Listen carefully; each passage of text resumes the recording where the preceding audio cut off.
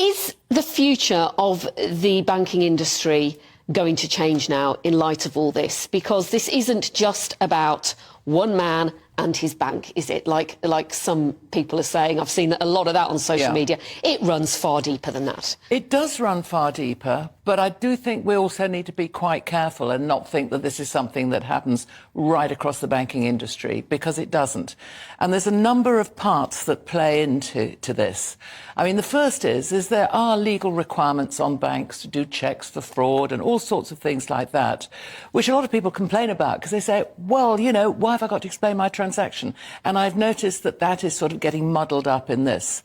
And then there's this second criterion, one does need to pay attention to it, called the political exposed persons criteria. PEP. Exactly, and I'm one. Now, when you think I lost my seat in 1997, how on earth am I still a politically exposed person? It isn't the banks you need to blame for that. There is legislation and regulation that sits behind this. And whilst there's sort of certain criteria, you know, about doing extra checks and so on, we started to hear from politicians who said that this has affected their children opening a bank account. And that seems to me that somehow in this country, we've taken things too far.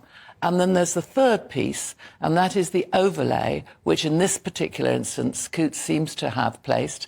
And that overlay is something about, do we think this particular person, because of what they say and how outspoken they are, somehow impacts our reputation? Reputational damage. Exactly. And that, I think, is the real part of this whole thing where there's a big so question is there mark. a danger that as a result of this, those things could even be exacerbated, that the banks try too hard? Because clearly Labour, Nick Thomas-Symonds, the Shadow Trade Secretary, said, look, this should be a matter for these commercial concerns for the banks, not for government. If the government tries to impose yet more things can go wrong. Yes, because a lot of this has, directly or indirectly, come from either legislation which we've passed, and if I may say, one of the benefits of this is it kind of has woken up, I think, the political classes to what legislation they have approved, you know. And then the second piece comes from regulation, because you can't put to one side the fact that regulators are coming into banks and other financial institutions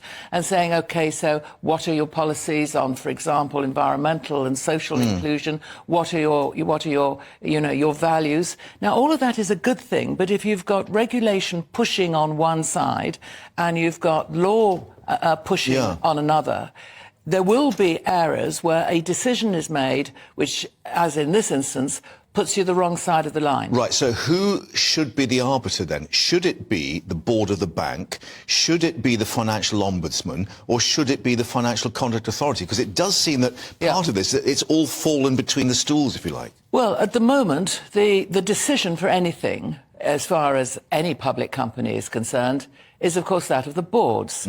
Because the board has to say, right, here's the law, here's the regulation, this is how we wish to conduct ourselves. And can I say at this point that there's been a huge sea change in the whole culture inside banks, and for the better.